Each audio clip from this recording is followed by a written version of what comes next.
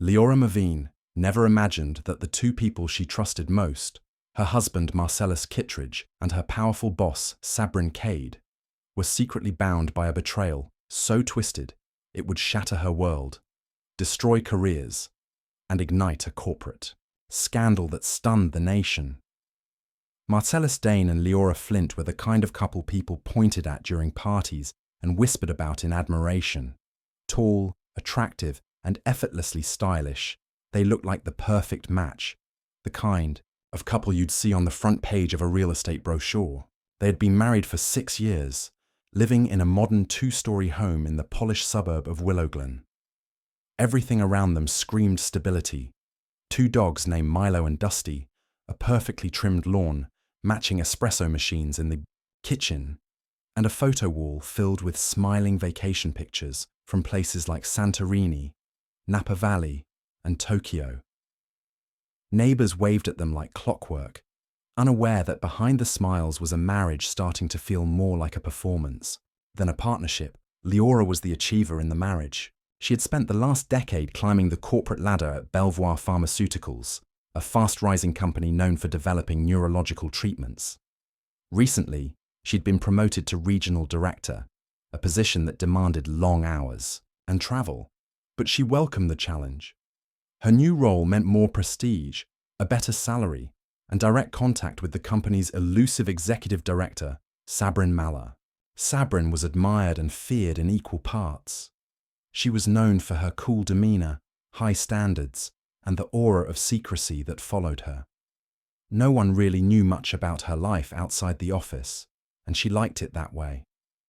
Marcellus, on the other hand, lived a quieter life. He was a freelance graphic designer, which meant he worked from home and often set his own hours. He had talent, clients praised his work, and money was never an issue, but he lacked Leora's ambition. While she buried herself in reports and meetings, he spent his days tinkering with designs, listening to vinyl records, and walking the dogs through the neighborhood trails. Some evenings, he'd have dinner ready by the time Leora walked in. Other nights, he claimed to be too busy and ordered takeout. He seemed supportive, always asking about her day and offering back rubs when she complained of stress. Still, something had started to feel off. Leora didn't notice it at first. She chalked it up to exhaustion. But gradually, she began to see cracks. Marcellus had started locking his phone screen more often. He claimed it was due to a client with sensitive data. He became strangely quiet when Sabrin's name came up, brushing past any mention of her or pretending he didn't remember who she was. Once, he slipped and said something oddly specific about a meeting Leora had never mentioned. She paused, but let it go, thinking maybe she had mentioned it in passing. They still went on date nights, posted anniversary pictures on social media, and played the role of the devoted couple. But beneath it all, Leora started to feel alone in her marriage. She didn't sense hostility, just distance. It was like Marcellus was present, but not really there, always preoccupied with something unspoken. On weekends, he claimed to visit his father in a nearby town. She encouraged him to go, believing he needed the connection. But every time he left, she felt a pang of unease she couldn't explain. At work, things weren't much clearer. Sabrin had taken an unusual interest in mentoring her. She gave Leora inside knowledge, strategic advice, and access to high-level meetings. Leora appreciated the attention, but sometimes wondered why she, out of so many employees, was chosen. She tried not to overthink it. After all, she was qualified, disciplined, and met every goal on time. But when Sabrin gave her a promotion without an interview process, it didn't sit right. It felt like someone else had pushed it forward. Despite these suspicions, Leora suppressed her instincts. She believed trust was the cornerstone of any marriage, and saw no reason to accuse Marcellus of anything without proof. He was kind, made her laugh, and seemed proud of her. Still, she couldn't shake the feeling that her life was being guided by invisible hands. She didn't know that just beyond her reach, 2 people, her husband and her boss, were tied together in a web of secrets that would soon unravel everything she thought she knew. Leora's routine became more mechanical as the weeks passed. Her mornings were filled with back-to-back video calls, afternoons with meetings that bled into the evening, and nights often ending with her falling asleep at her desk. She had grown used to Marcellus being emotionally distant, but now his physical presence was fading too. He was suddenly taking more freelance jobs, traveling for client meetings, and claiming he needed inspiration outside the house. He never said where he went exactly, just vague mentions of cafes, shared workspaces, or galleries in the city. It didn't raise alarms at first, but one afternoon, while folding laundry, Leora found a hotel keycard buried in the pocket of one of his jackets. It was sleek and black, printed with the logo of the Elmore, a boutique hotel downtown known for luxury and privacy. Marcellus had never mentioned any stay there. She turned the keycard in her hand, debating whether to ask about it. A voice in her head told her not to jump to conclusions. Maybe he met a client there. Maybe it was someone else's. Still, the doubt lodged itself like a splinter in her thoughts. At work, things were shifting too. Sabrin had become more involved in the finer details of Leora's projects. She praised her during leadership calls and occasionally stopped by her office unannounced. There was something odd about the timing of her visits, always when Leora was about to log off or already overwhelmed. Sabrin had begun sharing stories that were oddly personal for someone, so private. She talked about betrayal, about loving the wrong people, about how loyalty could be dangerous when given to the wrong person. Leora listened politely, confused by the sudden intimacy. It felt rehearsed, almost like a warning.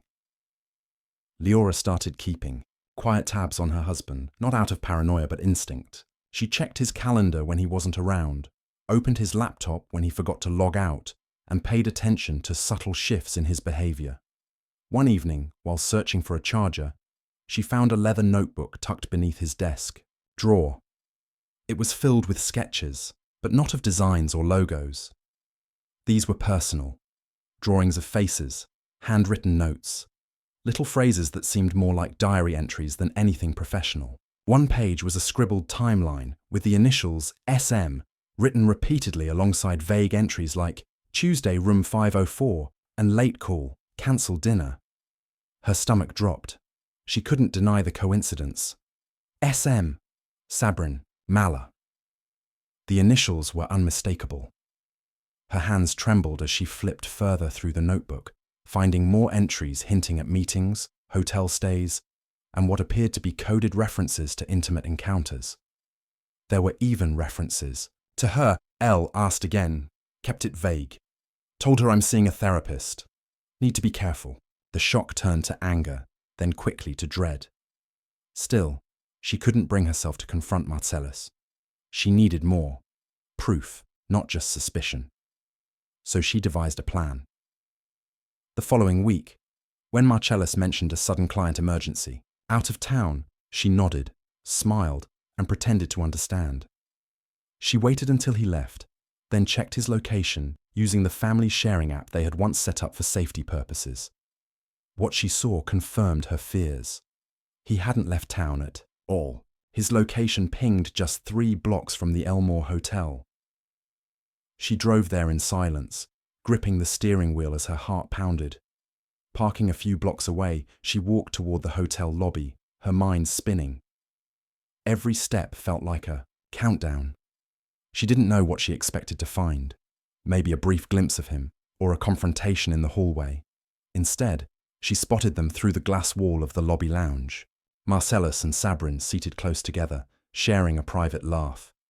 Sabrin reached over and touched his arm in a way no boss should. Marcellus leaned in, looking nothing like the distracted husband who had been pulling away. In that moment, it was clear. The distance, the secrecy, the cryptic messages, it all led back to this. Leora turned and walked away before they saw her. Her legs felt like concrete, but she kept moving. Back in her car, she sat still, staring at the dashboard, her thoughts racing. The betrayal stung, but it was more than that. Her husband hadn't just lied. He had wormed his way into the most powerful relationship in her career and corrupted it. And Sabrin, The woman who had mentored her, praised her, elevated her, had been playing a different game altogether. Leora wasn't sure what hurt more, the personal betrayal or the professional deception. She knew then that everything in her life had been tainted. The man she trusted, the job she built, and the woman she looked up to had all collided in a web of lies she hadn't seen coming. But she wasn't going to cry. Not yet. Instead, she began planning what came next.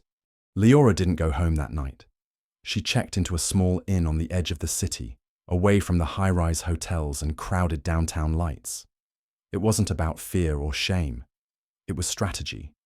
She needed distance, clarity, and time to piece together the truth without tipping anyone off. Her phone buzzed multiple times, messages from Marcellus asking where she was, if she was okay, if she'd be home late. She didn't answer any of them. She wasn't ready. She needed to understand how long this betrayal had been going on and why. More than that, she needed to know what it all meant. The next morning, she requested time off from work, claiming a family emergency. Sabrin responded to the email within minutes, offering support and asking if she needed anything. Leora stared at the message, resisting the urge to respond with the truth. She replied simply, with a thank you, forcing herself to stay quiet. The real battle hadn't started yet. If she wanted to survive it, she had to be smarter than both of them. Back at home 2 days later, Marcellus acted confused but cautious. He didn't press her with questions. He simply tried to slide back into routine, as though nothing had happened. But Leora had changed. She observed everything now: his tone, his eye contact, the way he shuffled through his emails while pretending to work. Every moment felt like a performance, and she watched it like an investigator, storing each lie for later. She spent her nights combing through their shared digital accounts, emails, cloud storage, calendar history. She wasn't searching for dramatic confessions or love letters. She was looking for the fine print, the small cracks where truth leaked out. That's when she found a set of hidden folders in their shared cloud drive. They were disguised as work projects, but inside were photographs, receipts, and documents. One folder contained reservation confirmations for hotel stays that aligned with Sabrin's out-of-town travel. Another folder held scanned copies of handwritten notes, some from Marcellus, others clearly written by Sabrin, judging by the sharp, angular script Leora had seen on meeting whiteboards. It was more than an affair. They had a system, a routine, maybe even a plan. Leora began connecting dots she didn't realize had existed before. Sabrin's sudden interest in her career, the promotion that came out of nowhere, the confidential files she had been given access to, were all part of something larger. Was she being used as a cover, a buffer, or worse, a pawn in something much deeper? Then came the bank records. Leora had managed their finances since they married, and though Marcellus had his own accounts for freelance payments, they had agreed to keep joint visibility. One late night, she discovered several large transfers from Marcellus's account to an unknown LLC, Barkhurst Strategies. It sounded professional, almost too legitimate, but a search turned up nothing. No website, no business registry, no physical office. Her gut told her it was a shell company, and she couldn't ignore the fact that the amounts, always just under reporting thresholds, were consistent and intentional. The real shock came when she traced one of the addresses tied to a bank transfer. It led her to a storage facility on the outskirts of the city.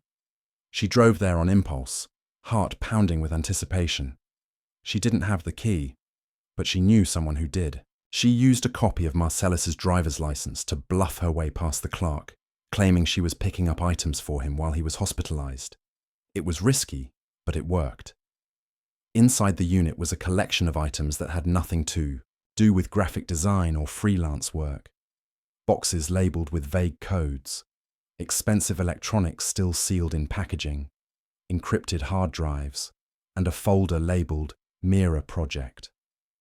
Leora opened it slowly, flipping through printed documents, NDAs and contract drafts, The content mentioned Belvoir pharmaceuticals and internal projects she had never heard of, experimental compounds, offshore research partnerships, and timelines that suggested long-term development. At the bottom was a signed agreement, Marcellus's signature alongside Sabrin's. This wasn't about an affair anymore. It was corporate espionage. Leora's breath caught in her throat as the pieces locked together. Marcellus wasn't just cheating on her.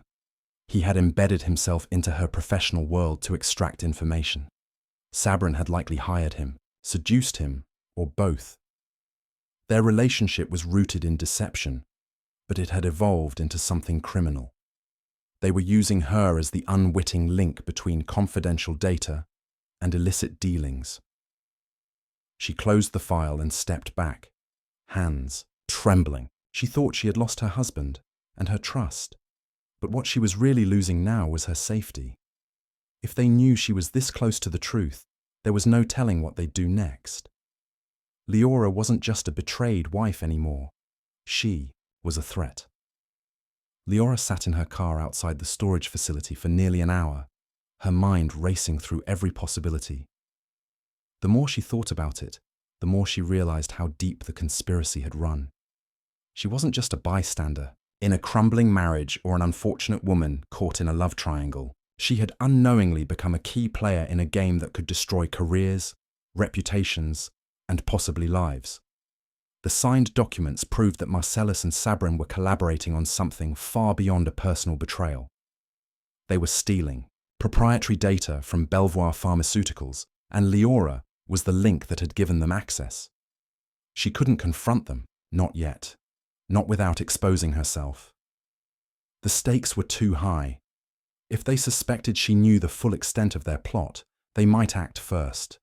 And Leora had no idea what either of them was truly capable of. Over the next several days, she lived a double life. By day, she smiled during meetings, responded to emails, and followed instructions from Sabrin as if nothing had changed. By night, she worked in secret, compiling everything she had found into a digital folder labeled Insurance. She uploaded copies of the documents, receipts, and hidden correspondence to a secure drive accessible only with multi-factor authentication. She even backed it up on an encrypted USB drive she wore around her neck, disguised as a piece of cheap jewelry. The danger became real when she noticed a change in Marcellus's behavior. He was quieter, more withdrawn, and his eyes lingered on her for too long, as if trying to read her thoughts. He asked unusual questions, subtle, indirect, but probing. He wanted to know about her work schedule, her meetings, even who she was texting. Leora answered vaguely and started locking her phone when not in use. She changed passwords, deleted browser history, and started using a burner phone to store her findings. One evening, while Marcellus was in the shower, she snuck into his laptop again. This time, she found recent emails to a contact labeled only, E as C. Sloan. The content was vague but suggested urgency. One message read, "She may have seen something. We need to accelerate the timeline." That was the moment Leora knew she was in danger. Not just emotionally or professionally, her life might truly be at risk. She reached out to an old acquaintance named Holston Drew, a cybersecurity analyst she had worked with on a pharmaceutical data protection campaign a year prior. She didn't give details in the message, just asked for a secure conversation and mentioned it was a matter of survival. He responded with a link to an encrypted chat portal. Through carefully worded messages, she explained the situation, leaving out names but revealing enough to convey the seriousness. Holston didn't ask unnecessary questions. He simply said, "Back it up, stay silent, and whatever you do, don't confront them directly." Leora followed his advice. But keeping silent became harder each day. Sabrin's actions began to shift as well. She started leaving Leora out of meetings she used to lead, assigning her menial tasks, and rewriting her reports without explanation. There was a quiet hostility in her tone, a sharpness that hadn't been there before. Leora could feel herself being pushed out. It wasn't just a hunch, it was strategy. Sabrin was trying to eliminate her professionally, maybe as a precursor to something worse. One afternoon, Leora returned to her car after a grocery run and found her glove box open. Nothing was missing, but someone had been inside. Her registration, insurance, and work badge were all disturbed, as though someone had searched them and carefully placed them back.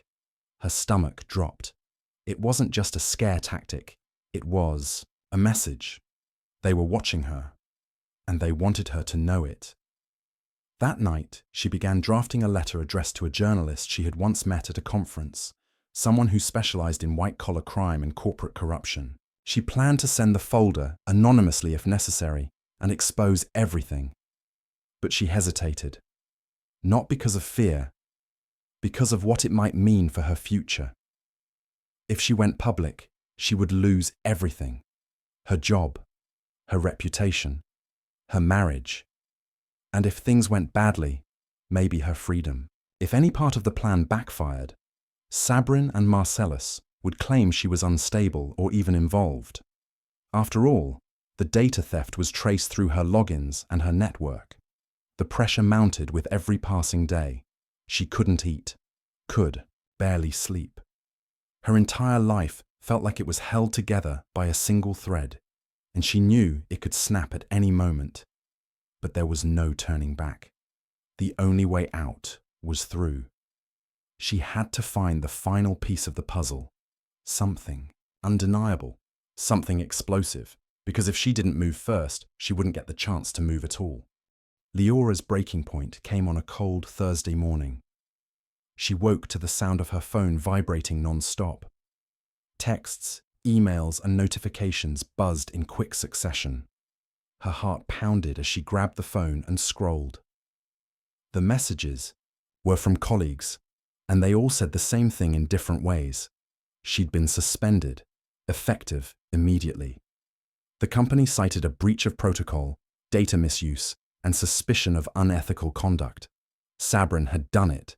She had weaponized her authority to pin the very crime she orchestrated onto Leora.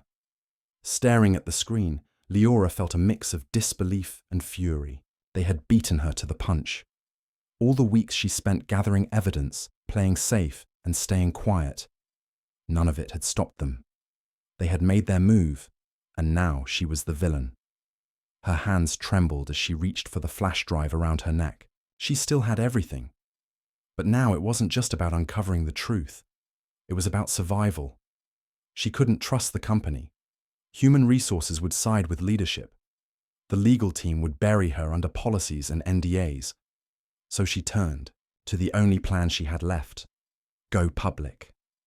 She sent the full file to Holston with a blunt message. Release this if anything happens to me. Then she sent a redacted version to Fiona Wren, the investigative journalist she had met a year earlier. Fiona had once told Leora that whistleblowers were the most courageous people she'd ever met. Now, Leora was counting on her to act quickly. Leora checked into a cheap motel on the edge of town and cut off contact. She left her personal phone behind, using only the burner. That evening, she watched the news from the motel television, heart racing with every headline. By midnight, Fiona had published the article. The story exploded. Farmer power play, insider whistleblower, exposes Sabrin Cade and Marcellus Kittredge in corporate espionage scandal. Within hours, it was trending. The article included screenshots of emails, transaction records, and internal memos, all the evidence Leora had risked everything to gather. The fallout was immediate. Social media erupted. The company issued a vague statement about internal reviews. But the damage had been done. Anonymous employees began to come forward, sharing more stories of questionable practices, favoritism, and cover-ups involving Sabrin. A former IT worker posted about strange access logs he'd been told to ignore. An ex-assistant claimed she had seen cash transactions being funneled through dummy vendors. The puzzle pieces clicked together, each voice validating Leora's story. But it wasn't over. That weekend, Leora received a chilling message from Holston. Be careful, they're trying to discredit you. The next day, a news story surfaced on an anonymous blog claiming Leora had fabricated the documents out of revenge for an affair gone wrong. It accused her of hacking company systems and staging the evidence.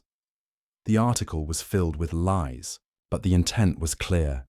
Sabrin and Marcellus were fighting back.